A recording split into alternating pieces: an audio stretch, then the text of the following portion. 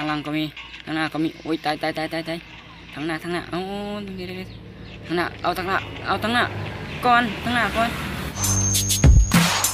You make me feel so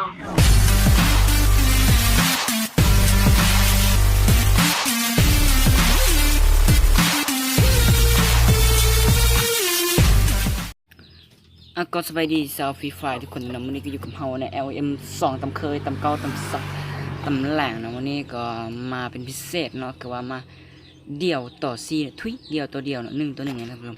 แต่วันนี้จะปืนมาโอ้โหคนลงโอ้บอลนี้เนาะมันมีบอลมันมีจุดฟ้าเนี่ยนะบอลมันจะมีเครื่องลายผสมเนาะสำหรับจะเป็นเกาะ3หมวก3แล้วก็อันนั้นของ3มันจะผสมเนาะ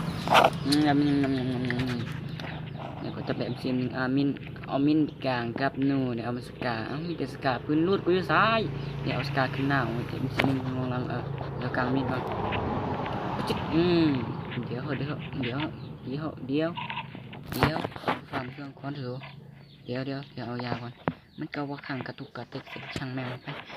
ต่อโอ้ยเกาะ3แม่นแล้วฟัก2เนาะของ3ยังมีของ2เอาอีกว่าทางไปต่อจังไดยิงกันอยู่ซ้ายนะวะนี่ฮัลโหลเดี๋ยวก่อนเสียวแล้วโซ่เดี๋ยวก่อนโอ้ได้หมวกหมวก3เป๊ะโอ้64บ้านวะจังก็จังกูโชคความฮ้อนนะว่ามัน64เดี๋ยวกระเป๋า3โอ้มันของ3มาทำผสมเนาะนี่มันเราบ่มีเครื่องดีๆเฮามีแต่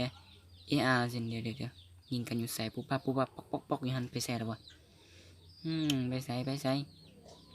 มากับกูจะดีๆเดี๋ยวอายจะพาไปกินยำน้องเอ้ยบ่าวเอ้ยน้องสาว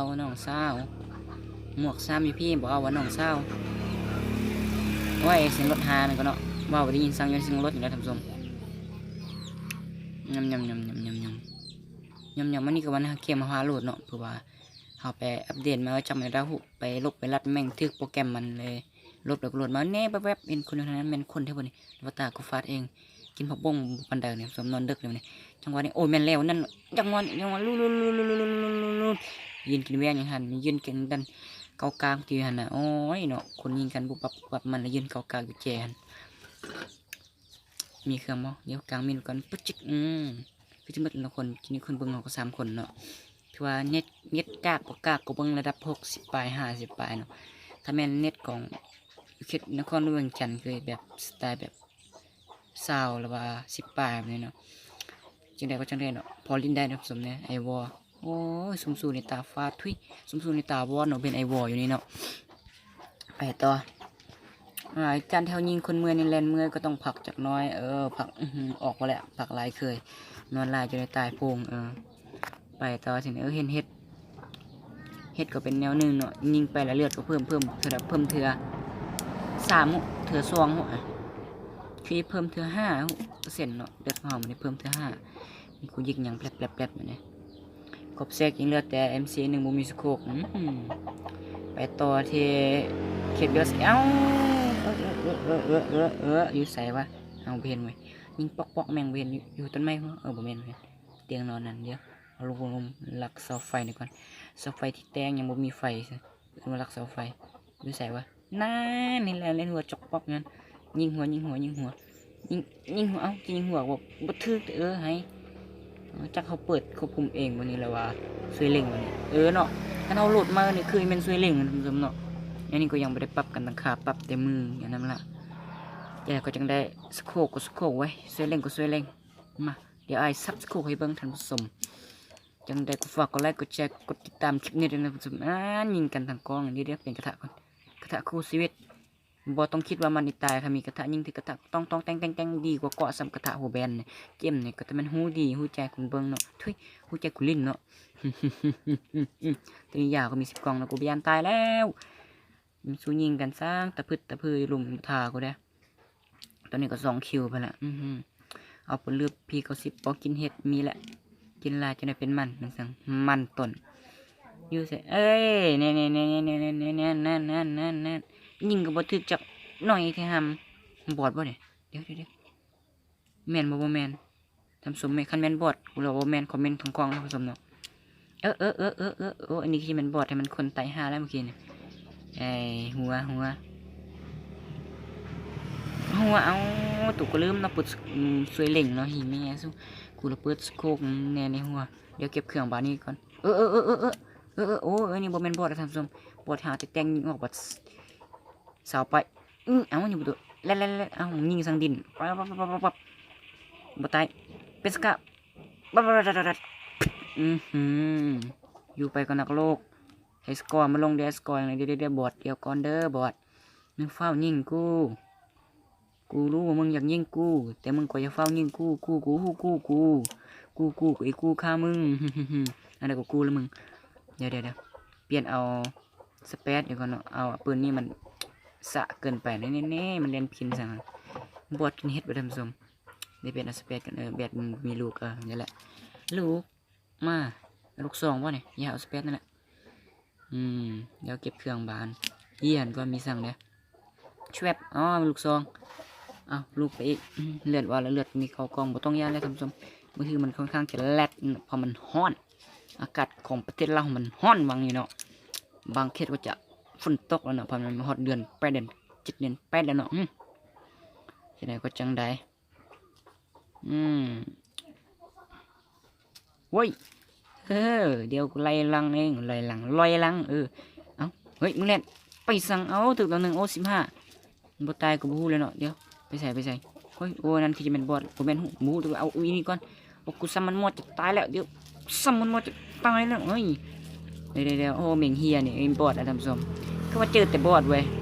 เอากูบ่ใส่สโคปก็ได้เนาะยิงไปรูเล่นี่ถ้าไปลองเล่นเท่าไหนลองเล่นบ่ใส่สโคปมันนะท่านผู้ชมมันจะคักสำใดเนาะคันตายก่อนเนาะนี่ก็6 คิวไปแล้วนะท่านผู้ชมเนาะเนี่ยเหลือ18 คนหรือว่า17 คน18กับเผานั่นเองเนาะเดี๋ยวมันเป็นการกำดับหนูมืออื่นได้หนูมาปิ้งกินขายตามตลาดบานลีเดี๋ยวนะโอ้ยสุดยอดเดี๋ยวก่อนกลางมีแล้วแบบเดี๋ยวไอ้บอดตั้งของอันนี้บอดกูฟาร์มหมดแล้วจำบอดคนบู๊แหละเปลี่ยนเอาสเปดเซฟอก3สเปดต้องมี8 ลูกมาสิงเขาเอิ้นสเปดเพื่อต้องให้มันมี8 ลูกจัดระเบิดอัดเสียงเอาระเบิดก่อนอัดเสียงเอาทีหลังก็ได้มีอัดเสียงก็ไม่ได้หรอกเอาเสียงออกเอาสังกัดจังเอาปืนสังออกหิมแม่ทุกเอาเสียงออกแม่งเอาสโคปทุยเอาขัดทางเดียวโดนหาอันนั้นโดนกินเกาะด้วยท่านผู้ชมโดนบันแม่มึงเลโซนเนาะมักลืมเนาะไอ้วงเบียดกลางๆในประตูญาติเดี๋ยวขึ้นพี่ก็นั่นสมเนาะพี่ก็จะมีคนไล่เนาะเมื่อมันคนไล่คนยังเรืออยู่เนาะเกือบประตูยันเนาะอันแน่ชอบเล่นหรือเปล่ายิงหัว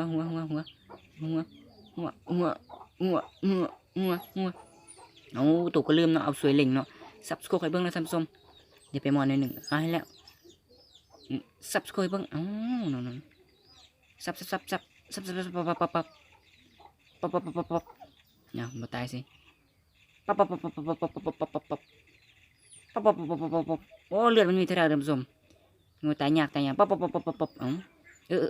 เจ็บได้ปั๊บตายมันมีเลือดสั่งท่านผู้ชมวันเลือดมันมี4,000ปั๊บถึกกระทะนุ่งกับตายไว้เดี๋ยวต้องไปมอใน1เนาะพอบางทีอยู่ใกล้แล้วมันจะกินปักนะท่านผู้ชมเนาะยิ่งออก16มันก็คือออก2ออก3นี่เนาะท่านผู้ชมเนาะเดี๋ยวเข้าไปซาดป่ะนี่เดี๋ยวซับสโคปจังไรเลือดมันลงกินปั๊บเลือดลงแล้วเที่ยนคือมันพันยาท่านผู้ชมเนาะยามันพันละพันไปบอกมาออกมาที่แม่ออกมาเหมือนบอกไปกูไปซัดอยู่มอแล้วเขามักลังไอวอนั่นแหละครับท่านผู้ชมยิงก็แม่ตายวอลัดมึงมาโลดมึงมาโลดอีดอกมึงมาเลยอีดอกทำเป็นกูกับมันมึงแหละตายมึงอย่ายิงกูวอลัดโชคดีที่กูมีไอวอยิงปอบเลือดสะปอบบ่ถึกถึก18ปอบจูยังเลือดลูกเดียวปอบบ่น่าเลยน้องสาวนอนอินเกมอยู่เพื่อนก็ดีๆมาเล่นลิ้นทางพี่กูเลยพูดคนอินเดี๋ยวเนาะมันจะเป็นยังไงบอกเป็นยังไปต่อไปพี่นะผมเนาะพี่คือยังจะเหลือ7 คิวไปแล้วยังเหลือ11 คนเนาะอยู่ใส่หมดไว้นี่อยู่ใส่เนาะเดี๋ยวให้โดนไปกวดเนาะมันมีคนมึงโดนกดดูโดนสแกนโอ้โต 2คนบวกกันตายแล้วท่านผู้ชมเมื่อกี้นี่เนาะหยังไว้อีแม่สุดเดี๋ยวอีนั้นมาสังเดี๋ยวมันเห็นแล้วท่านผู้ชมเนาะคือมันเห็นแล้วท่านผู้ชมมันคือมามอมารับดีก้อนหินโอ้ยตายจังได๋วะจังได๋วะมันต้องแล่นมาหาแหละท่านผู้ชมยิงบ่แป๊บให้ออกแต่7หูแป้นกูนี่รับดีก้อนหินบ่มึงย้อนระเบิดมามันบ่เข้าดอกคำเอิ้นบ่เข้าดอก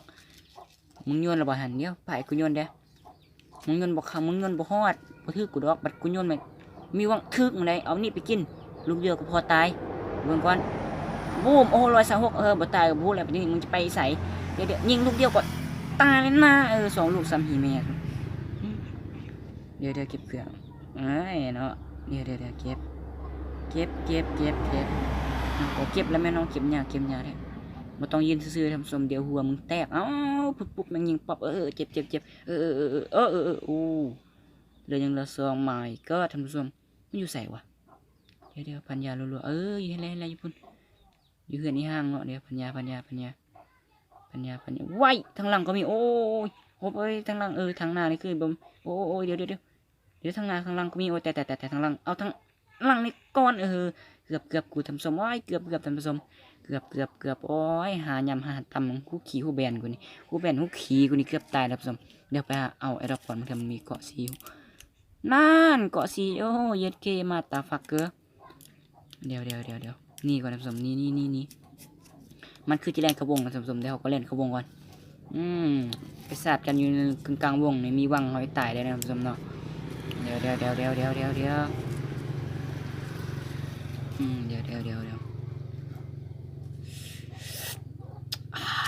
เนาะทำสมตื่นเต้นไว้มือสั่นยึกเลยทำสมเดี๋ยวเข้าไปวงก่อนแล้วค่อยแลนไปหลักไปดักมันทำสมเนาะ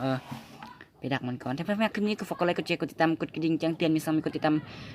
ไปเมื่อไหร่สมๆเนาะกดกำลังใจปีนี้ขออยากให้คนติดตามเฮาเนี่ยซ่องเฮาเนี่ยได้เห็นเป็นแรงยังคนเนาะคนติดตามซ่องเฮาเนี่ยประมาณ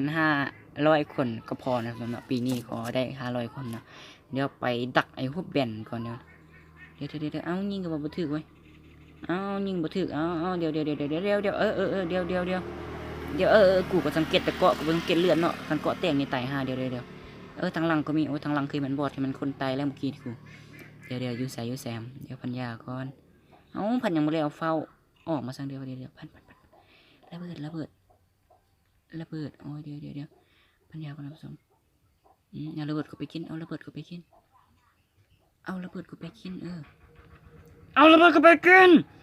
กูต้องเสียงข่อยปุ่ม60บ่ได้คือว่าบ่ถึกเต็มสมเดี๋ยวเปลี่ยนหมอคงจังว่านี่ว่าจังได้มันเปลี่ยนสั่งสเปดโอ้ยสเปดก็สเปดหมอคง